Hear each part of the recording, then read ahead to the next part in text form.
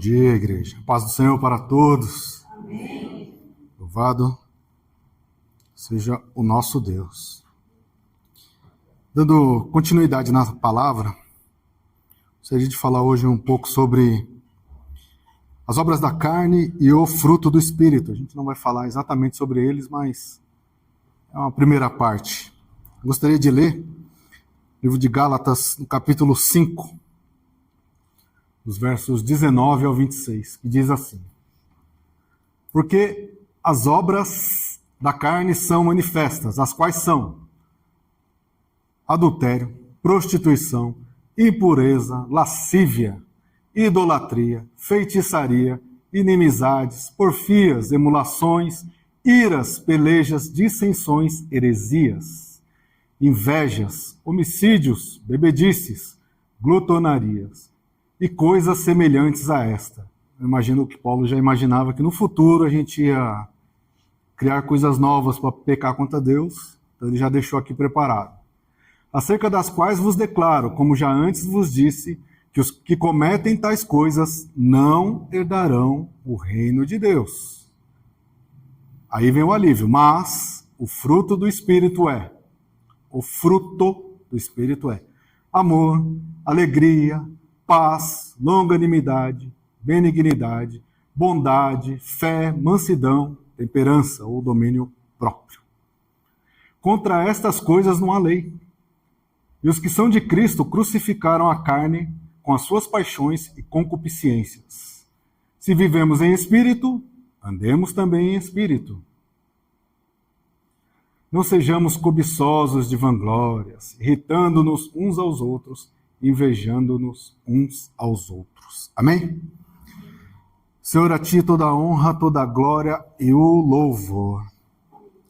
Deus amados, estamos na Tua santa e gloriosa presença, Senhor. Queremos Te louvar, Te adorar e queremos ouvir a Tua palavra, que ela venha, Senhor, mais uma vez, diretamente aos nossos corações, Senhor. Que ela possa quebrar a resistência, que ela possa nos transformar, nos moldar ao caráter de Cristo e que o Teu Espírito, Pai, encontre, sim, moradia em nós e faça habitação em nós. É o desejo do nosso coração. Amém. Esse texto fala sobre viver conforme o Espírito e não conforme a carne. E aqui a primeira coisa é falarmos sobre religião, porque a religião ela coloca um peso em nós. A religião ela coloca regras em nós. A religião coloca coisas que nada tem a ver com Cristo. Mas Cristo não. Cristo nos traz para a liberdade, conforme a Tua palavra. O poder de Cristo, a salvação de Cristo, ela tira de nós o peso do pecado, o passado, as prisões que nos mantinham longe de Deus. E quando nós entendemos todas essas coisas e o agir de Deus em nossas vidas, aí sim, somos conforme a vontade de Deus. Somos conforme o Espírito. E aqui, o resultado das obras da carne, o fruto do Espírito, tem a ver com as nossas mudanças. A maior prova de conversão na vida de alguém não é vir à igreja todo domingo. Na verdade, a nossa vida de segunda a sábado diz muito mais sobre nós do que o culto no domingo. Aqui, sabemos os louvores, sabemos as orações, participamos do estudo, mas a pergunta é, o que nós fazemos com tudo isso quando ninguém aparentemente não está vendo? O que fazemos com isso? Quem somos nós quando nós saímos daquela porta? Como somos reconhecidos?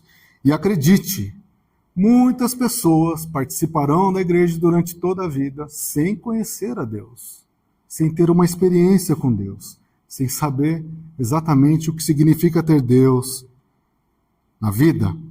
As mudanças verdadeiras, ela produz em nós frutos.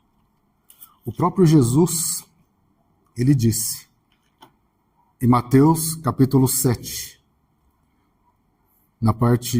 no verso 16, somente a parte A. Por seus frutos os conhecereis. O Senhor estava nos alertando sobre falsos profetas. A gente pode falar, pode se vangloriar, como diz aqui a palavra, mas pelos frutos sabereis. Isso vale para as nossas vidas. Eu posso chegar aqui e falar, eu sou cheio do Espírito Santo. A minha atitude, os meus exemplos, as minhas ações aqui, na verdade, vão dizer se eu sou ou não cheio do Espírito. Pelos frutos os conhecereis. E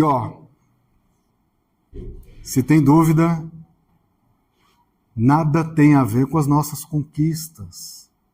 Nada tem a ver com as nossas posições. Nada tem a ver com o seu saldo bancário. Nada tem a ver se você fala 2, 10, tantos idiomas. Tem muito mais a ver com as nossas renúncias. O que eu renunciei para estar na presença de Jesus? O que eu deixei de lado para seguir a Jesus? O quanto meu ego foi quebrado para eu estar na presença de Jesus? Essas são as mudanças verdadeiras. E Paulo aqui ele está nos falando sobre os resultados de uma vida com o Senhor. Né? Se andamos na carne, logo, tudo aquilo acontece em nossas vidas. E muito mais, como ele disse. Mas, ele nos diz, se andamos conforme o Espírito, o fruto do Espírito está em nós. E aqueles serão os resultados. Lembra? 9 características: paz, alegria, longanimidade. Olha que maravilha. E o detalhe de tudo isso é que são coisas bem diferentes, não são? É fácil adivinhar quais são as obras da carne, é evidente. Da mesma forma, qual é o fruto do Espírito em nossas vidas? Fica muito evidente. Não em palavras, em ações, em exemplos. Às vezes até quando a gente se cala, domínio próprio, tudo características de quem é cheio do Espírito Santo. O fruto será uma evidência do que tem dentro de nós. Simples assim. E é um hábito em nossas vidas. O que significa hábito? Um comportamento ou uma atitude repetitiva. Imagino que cada casa aqui é de um jeito. Perguntasse, como é que é o hábito lá na sua casa? Não. Todo domingo almoçamos exatamente 1 hora. Todo mundo na mesa, é um hábito. E na sua casa? Ah, meu amigo, lá a hora que der. Todo mundo cozinhando e brigando e falando, a gritaria. Foi um exemplo aleatório, mas é real. São hábitos. Mas imagina numa casa que todo mundo almoça 13 horas no domingo. É o hábito da casa. Se aquela família mudar daquela casa e chegar uma outra família, eles irão almoçar às 13 horas, como a outra fazia? Não, porque o hábito não está relacionado à casa, e sim quem habita naquela casa. Ou seja, se outro habitar, novos hábitos terão. E trazendo para a nossa casa espiritual. Os nossos hábitos mostrarão quem habita nesta casa. Sua casa espiritual. Quem tem habitado nela? Se tirar um extrato lá, o que vai sair? As obras da carne? Ou o fruto do Espírito com aquelas 9 características? Os nossos hábitos espirituais mostrará quem está governando a casa. Quais são os hábitos espirituais da nossa casa? Difícil isso, né? Sabe por que é difícil? Porque não tem como esconder. Uma das maravilhas que eu acho da palavra, se fosse escrita por pessoas normais, provavelmente a maioria das coisas ruins seriam tiradas dos arquivos. Mas Deus não. Deus ele colocou o melhor e também o pior. Porque é uma forma de corrigir, é uma forma de mostrar, às vezes nós podemos participar daquelas coisas terríveis, mas há uma esperança para nós. Há uma oportunidade de termos coisas melhores em nossas vidas. E por que o Espírito Santo é tão importante em nossas vidas? Eu preciso voltar um pouco na Bíblia. Olha que maravilha isso. No livro de Mateus, capítulo 1, verso 23, diz assim. Olha que Fantástico isso. Eis que a virgem conceberá e dará à luz um filho, e ele será chamado pelo nome de Emanuel, que significa Deus conosco. Traduzido, Deus conosco. Isso aqui é maravilha. Jesus é o Deus conosco. De vez em quando eu fico lendo a palavra e eu começo a imaginar. Deus conosco, pastor Edivaldo. Imagina os discípulos. Você está lá, Shell, dormindo à noite, com o apóstolo João. Aí você fala, ô João, quem está deitado ali? Jesus, Deus conosco. Tiago, pastor Júlio, não tínhamos o que comer, alguém arrumou uns pãezinhos lá, mas Deus estava conosco. O que aconteceu? Multiplicou. Eu estava sofrendo, estava morto. Mas quem estava ali do nosso lado? Deus conosco. Trouxe de volta a vida. Imagina os discípulos. O Emanuel está conosco e eu estou vendo ele ali. Está ali. Está dormindo no barco, mas está ali com a gente. Está ali, operando maravilhas, mas está ali conosco. Ele falou para a gente entrar no barco enquanto ele ia orar, mas eu sei que os olhos dele lá da montanha estão sobre as nossas vidas, porque Deus está conosco. Olha que maravilha. Quem estava com eles? Jesus, o Emanuel, que traduzido é Deus conosco. Qualquer que fosse a situação, Deus está conosco. Isso é maravilhoso. Nós cantamos aqui no início que não há nada melhor que o nosso Deus. É verdade isso? Nós cremos? Amém. Será que há algo melhor do que Deus conosco?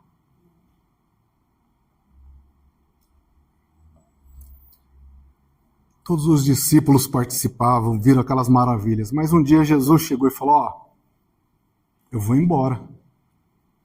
Ô, pastor Júlio, Deus não está mais conosco, hein? Eu vou embora. Mas a palavra diz,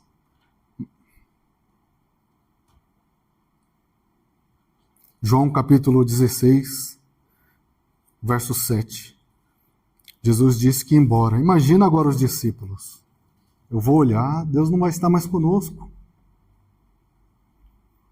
Eu vou ter aqui muitos pães, mas na hora que acabar esses pães, Deus não está mais conosco para multiplicar. O que pode ser melhor do que Deus conosco? Aí Jesus falou, vou embora, mas todavia vos digo a verdade, que vos convém que eu vá. Em algumas traduções fala, é melhor que eu vá. Por quê? Se eu não for, o Consolador não virá a vós. O que pode ser melhor do que Deus conosco? O Deus conosco está falando, é melhor que eu vá para que o Consolador venha.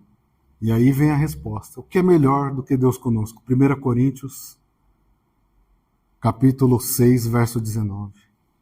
Quando nós achamos que Deus não pode nos surpreender mais, quando nós achamos que todos os milagres que nós vimos é o melhor, quando nós achamos que Deus conosco é o máximo que Deus pode fazer pelas nossas vidas, aí vem o Senhor e nos mostra que melhor do que Deus conosco é.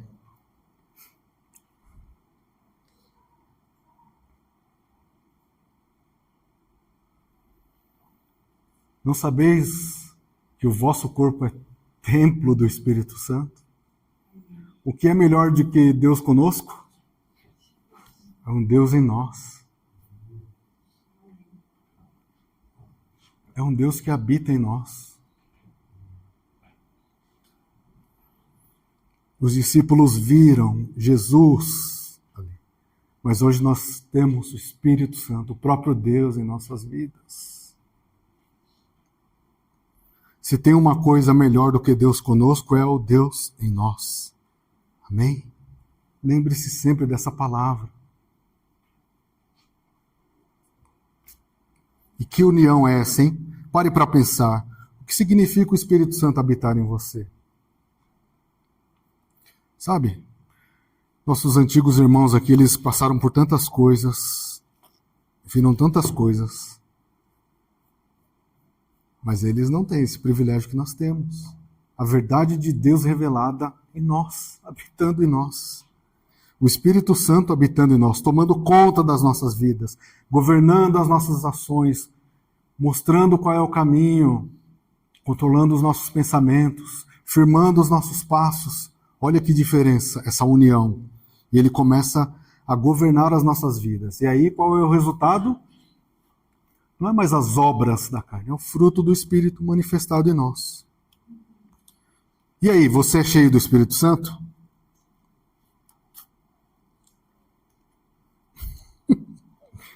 Eu não sei. De novo, não se preocupe em responder essa pergunta. As nossas ações, as nossas palavras, a nossa maneira de conduzir as coisas, as nossas atitudes frente a uma situação difícil, vai mostrar se somos ou não cheios do Espírito Santo. Pode parecer uma pergunta cheia. Oi? É muito forte. É, mas olha só. Você ia deixar preparado, Pedro? Atos 19. Se é muito forte, a pastora comentou, imagina agora. À luz da Bíblia, não adianta falar que nós somos cheios do Espírito Santo. De novo, é o nosso andar, é o nosso caminhar. E a palavra mostra que Paulo, em capítulo 19 de Atos, chegou em Éfeso. Aqui, não dá para saber quanto tempo que ele chegou até o tempo que ele fez a pergunta. Mas Paulo encontrou um grupo de discípulos. Não é igual hoje, que fica fácil de identificar a igreja. Ali a igreja estava em plena expansão. Então Paulo ouviu que tinha os discípulos lá e ele foi lá. Diz, sucedeu que enquanto Apolo estava em Corinto, Paulo, tendo passado por todas as regiões superiores, chegou a Éfeso e achando ali alguns discípulos. Não sei quanto tempo durou, mas ele sabia. Olha o verso 2. Isso aqui é... Olha a pergunta de Paulo. Recebeste vós já o Espírito Santo quando crestes? Olha a resposta daqueles discípulos. Nós nem ainda ouvimos que haja Espírito Santo. Em outras palavras, eu não sei. Nunca ouvi falar que tem Espírito. Não sabia nem que era para buscar, não sabia que existia. E aí Paulo pergunta, então, em que sois batizados? Eles disseram, no batismo de João. Mas Paulo disse, certamente João batizou com batismo de arrependimento, dizendo ao povo que cresce no que após ele havia de vir, isto é, em Jesus Cristo. E os que ouviram foram batizados em nome do Senhor Jesus. Aí Paulo, impondo-lhe as mãos, veio sobre eles o Espírito Santo e falavam línguas e profetizavam. Olha a mudança. Olha a mudança. A pergunta é, recebeste o Espírito Santo? Você tem o Espírito Santo? Será que a nossa resposta é igual à dos discípulos? Eu nem sabia que existia Espírito. Nem sabia que era para buscar. Nem sabia que ele precisava morar no meu coração.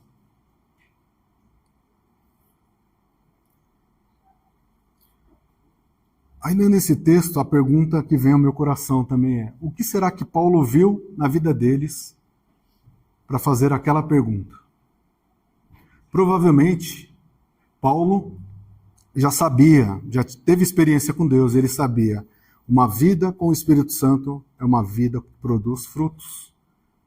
Paulo provavelmente, observando aqueles discípulos, ele percebeu que eles eram pessoas que entenderam sobre Jesus, sobre o sacrifício de Jesus, mas ainda não produziam frutos. Faltava-lhes o Espírito Santo habitando na vida deles. Faltava a presença do Espírito Santo. E depois de uma conversa, Paulo fez aquela pergunta. Aí, pastor Divaldo, eu fico pensando, se ele estivesse conversando comigo hoje, durante todo o dia, e ele dissesse, Gil, agora eu estou indo para outra cidade pregar. Mas, Gil, você já ouviu falar do Espírito Santo? Será que ele perguntaria isso para mim? Eu fiquei com você o dia todo, Gil. Mas eu preciso te perguntar, você já ouviu falar do Espírito Santo? Você sabe quem é o Espírito Santo? Será que ele perguntaria isso para mim? Será que ele perguntaria isso para você? Ou será que ele diria, graças a Deus, que aqui é uma igreja onde o Espírito Santo tem manifestado na vida de todos, e eu agradeço a Deus por isso? Qual seria a resposta? Qual seria a pergunta que ele faria para mim? E se porventura você se sente sem o Espírito Santo, não precisa se preocupar. É um processo em nossas vidas. Ninguém é convertido do dia para a noite. Todas as coisas acontecem em nossas vidas através de um processo. Essa pergunta pode nos preocupar, e amém que preocupe. Será que eu conheço mesmo o Espírito Santo? Será que o Espírito Santo de fato habita em mim? Eu sou só apenas alguém que está passando por essa vida falando de Cristo, mas sem o conhecer. Lembre-se, é um processo que está acontecendo em nossas vidas. A semente do Evangelho foi pregada em nós. Lembra da parábola do semeador? Mateus capítulo 4, verso 1 a 7. 4 terrenos são os nossos corações, mas a palavra diz que somente um terreno era bom. E quando a semente caiu lá, rapidamente foi transformado? Não. Brotou a semente. Esse é o primeiro processo. Depois a semente cresceu. Depois ela produziu. E aí a palavra diz: a 100, a 30, a 60, a 100 por um. Olha o processo. Ah, Gil, eu não tenho para ninguém. Eu já estou lá produzindo a 100. Amém. Glória a Deus. Eu não, Gil. Eu só estou produzindo 60 e ainda estou... Mas eu estou garantido aqui com meus 30. Eu ainda não. Eu ainda sou um broto. Mas eu estou crescendo. Qualquer que seja a sua situação, o mais importante, o Espírito Santo brotando na sua vida, produzindo em sua vida, fazendo crescer a sua vida espiritual. E isso não é automático. Todos os dias precisa ser cuidado. Por isso que eu comentei no começo. Domingo, esse momento que nós estamos aqui, aleluia, é muito importante. Mas todos os outros dias com Deus é o que fará o crescimento. Hoje participamos do estudo. E amanhã, durante a semana? Hoje nós lemos aqui, as crianças leram a palavra maravilhosa. Hoje nós estamos sendo ministrados. E amanhã, o que eu vou fazer com essa palavra? O que eu vou fazer com a leitura que está sendo indicada lá? O que eu vou fazer com os estudos? Eu estou jejuando? Isso que vai fazer a diferença nas nossas vidas em todos os dias. Em nome de Jesus. E eu falei tudo isso para voltar na obras e frutos do Espírito. Vocês lendo esse capítulo, por que são obras e por que é fruto? Por que não obras e frutos?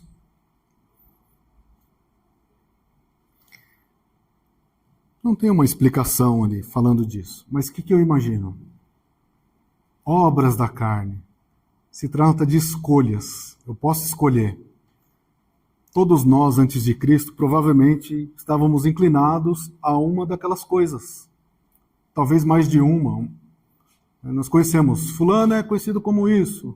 Ah, fulano, aquele lá é isso. São características, são obras da carne. E por que acontece aquilo? O ambiente, família, escolhas por causa de uma situação que aconteceu, nos leva àquelas coisas. Essas são as obras da carne. Nós somos inclinados a uma delas. Bebo demais, eu sou invejoso, tenho raiva, eu não amo, ninguém me ama, vou amar. Cometo imoralidade, ninguém sabe. Talvez somos inclinados a essas coisas. Nós escolhemos. Agora, por que o fruto do Espírito? Porque o fruto do Espírito não tem como você escolher uma característica. Não tem como você chegar e falar assim, eu amo, mas não tenho paciência. Eu tenho paz, mas eu não amo. Não tem como escolher. Se o Espírito habita em nós, automaticamente todas essas características crescem em nós. Não tem nada que você possa fazer para que apenas uma característica cresça. Eu já vi algumas ministrações, tentando explicar, né? Eu sempre imaginava o fruto do Espírito como um gomo, né? E dentro do fruto, os 9 gomos lá. Mas eu vi uma outra explicação também. Alguém falou que, em vez de gomo, pensa como camadas. Cebola, que seja. Todas as características ali, de dentro para fora. Talvez seja uma explicação. O amor não é a primeira, mas talvez o amor seja a última coisa que seja desenvolvida em nossas vidas. Talvez a primeira seja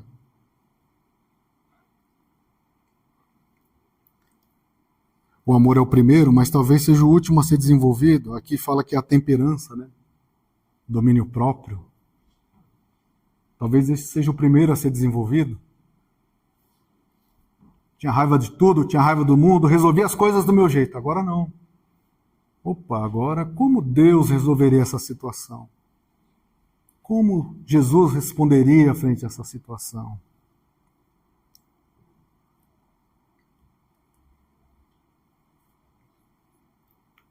Então não temos como escolher o fruto do Espírito. Todas essas características devem ser desenvolvidas em nossa vida. Não tem como escolher. E mais, o fruto não é a cura. O fruto é só um diagnóstico das nossas vidas. O fruto do Espírito não te muda, ele não te cura, ele não te transforma. É o contrário. A presença do Espírito Santo em nossas vidas é que vai produzir esses frutos, esse fruto, e com essas características. Portanto, não adianta pensar num jeito de aumentar um deles. Como é que eu faço para amar mais? Como é que eu faço para me controlar mais? Como é que eu faço para ter mais alegria? Não temos como controlar isso. Então, se na sua vida você vê a falta de crescimento em algum deles, a resposta é simples: falta a presença do Espírito Santo em nós. A presença dele faz crescer, faz produzir, faz desenvolver todas aquelas características. E o que fazer? Eu poderia falar um monte de coisas aqui para vocês. Eu vou falar uma coisa bem simples. Ajoelhe-se em oração e peça ao Espírito Santo. Jesus, me enche do teu Espírito. Jesus, até aqui eu tentei andar do meu jeito. Eu errei, Senhor. Mas hoje eu estou aqui com meu coração inclinado. Estou aqui de joelho te pedindo, muda a minha situação. Muda os meus caminhos. Muda as minhas palavras. Muda os meus pensamentos. Muda as minhas atitudes. Como, Senhor, vem habitar em meu coração de forma definitiva, em nome de Jesus. Sinta. Se você sente Deus, mas ainda não sente o Espírito Santo crescendo, é porque falta o governo do Espírito Santo em sua vida. Como? Frente a qualquer situação, antes de sair da sua casa amanhã, por mais que seja difícil o seu trabalho, por mais decisões que você tenha que tomar, não deixe de ter o relacionamento com Deus. Espírito Santo, hoje será um grande dia, simplesmente porque o Senhor estará no comando de todas as coisas. E assim, quando você for fechado lá, você não vai xingar, você vai lembrar de que há um propósito na sua vida e você vai seguir. Quando o trem se atrasar, você não vai ficar bravo, você vai entender que o Espírito Santo está no controle da sua vida. Quando você receber a negativa por aquilo que você tanto espera que mudaria a sua vida, lembre-se que o Espírito Santo está governando as suas atitudes em nome de Jesus. Isso vale para tudo ao contrário também. Foi um dia maravilhoso, eu ganhei tudo o que eu queria. Continua sendo o Espírito Santo. O Deus das montanhas, eu estou lá em cima, é o Deus que está lá comigo. O Deus dos vales, está lá comigo também. Em todas as situações, coração grato em nome de Jesus. Ore e peça perdão. Senhor, até aqui a carne governou. Por isso que todas aquelas coisas, Senhor, quando tira um raio-x é aquilo que sai, uma desgraça. Mas eu quero mudar, Senhor. Eu quero que quando o Senhor olhar para a minha vida, seja o fruto, Senhor. Olha só que maravilha. Agora eu amo. Ainda estou sendo mudado, mas eu amo, Senhor. Agora eu tenho domínio, Senhor, e eu tenho fé, eu acredito, não é só da boca para fora, as minhas atitudes estão mudando em nome de Jesus, amém? Amém. Tenha um relacionamento completo com o Senhor. Esse para mim é um dos nossos maiores erros, é escolher como quero servir a Deus. Tem que ser o contrário, sirva a Deus por completo, e Ele completa a obra em nossas vidas. A gente quer escolher. Eu amo a Deus, mas não perdoo. E eu posso conviver com isso. Não. Eu amo a Deus, mas pinto e bordo por aí. Não. Não tem débito e crédito com Deus. Com Deus é sim ou não. Esse é o nosso erro, né?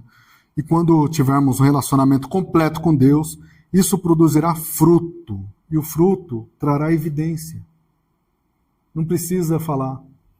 Não vai precisar Paulo perguntar, ei, se você já conhece, já ouviu falar que existe o Espírito Santo? As nossas atitudes, as nossas ações, a nossa forma de viver, as nossas respostas e até o nosso silêncio será uma prova clara, contundente, que o Espírito Santo habita em nossos corações. Não é mais o Deus conosco, agora é o Deus em nós. Em nome de Jesus, não olhe para essas características e tente recuperar uma delas ou ser forte numa delas. Antes, busque o Espírito Santo e ele, através da sua vida, irá produzir essas 9 características em nome de Jesus. E qual o segredo? Permaneça. João capítulo 15, verso 6, para terminar. A gente, muitas vezes, fica atrás de tantas regras. Eu falei no começo, a religião. Faz isso, faz aquilo, não pode isso. E esquecemos de estar ligados no Senhor. Isso é o que vai fazer a diferença. Olha o que Jesus falou. Se alguém não estiver em mim, será lançado fora, como a vara, e secará. E os colhem e lançam no fogo e ardem. Pedro, pode voltar por favor? Ele disse, eu sou a videira verdadeira, vós as varas. Quem está em mim e eu nele, esse dá muito fruto. Qual o segredo de tudo que nós falamos aqui? Esteja ligado no Senhor. Opa! Estou ligado na árvore da vida. Estou ligado no Senhor, na videira verdadeira. Se eu estiver ligado nele e ele ligado em mim, Jesus disse, esse dá, não é pouco não, muito fruto. E ele alerta, porque sem mim, Pedro, pode voltar, por favor. Porque sem mim, nada podeis fazer. Amém? O segredo de tudo aqui, esteja ligado no Senhor, em nome de Jesus. Senhor, a Ti toda a honra, a glória e o louvor. Pai amado, Pai bendito, a verdade, Senhor, é que o nosso coração corrompido, Senhor, quer visitar o Teu celeiro, Senhor, e pegar tudo que é necessário para as nossas vidas, e é verdade isso.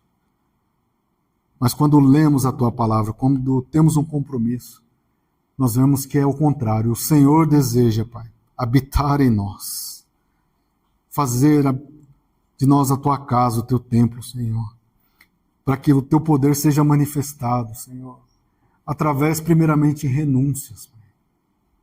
Renunciando toda forma, Pai, toda obra da carne que tanto atrapalha, atrasa as nossas vidas. Mas o Senhor é tão misericordioso que deseja habitar em nós, para que o Teu fruto, Senhor, cresça e Ele produza, Senhor, tudo aquilo que é necessário para a nossa mudança espiritual. É fé, é amor, é alegria, domínio próprio, temperança, longanimidade, benignidade. Só coisas boas. E mesmo assim, Senhor, muitas vezes resistimos. Mas hoje, Senhor, a nossa oração é quebra, Senhor, toda resistência. Quebra, Senhor, todo impedimento. Que nós possamos mesmo ser cheios do Espírito Santo. De tal forma, Senhor, que em nossas vidas não haja dúvida. Que em nossas vidas não haja espaço para sequer duvidar E que todos, Senhor, que olharem para nós, saiba que em nós o teu fruto, Senhor, tem produzido, tem brotado, crescido. E nós seremos prósperos, Senhor, produzindo a 30, 60, 100 por um, conforme a tua vontade. Deus amado, Deus bendito, que hoje, Senhor, seja quebrado em definitivo das nossas vidas todas as obras da carne e que o teu fruto, Senhor, cresça abundantemente em nossas vidas e que nós possamos continuar ligados em ti. Deus amado, Deus bendito, obrigado por todas as coisas. Obrigado por essa palavra, Senhor, que ela continue em nós. Nós pedimos e te agradecemos no santo nome de Jesus. Amém. Que Deus vos abençoe.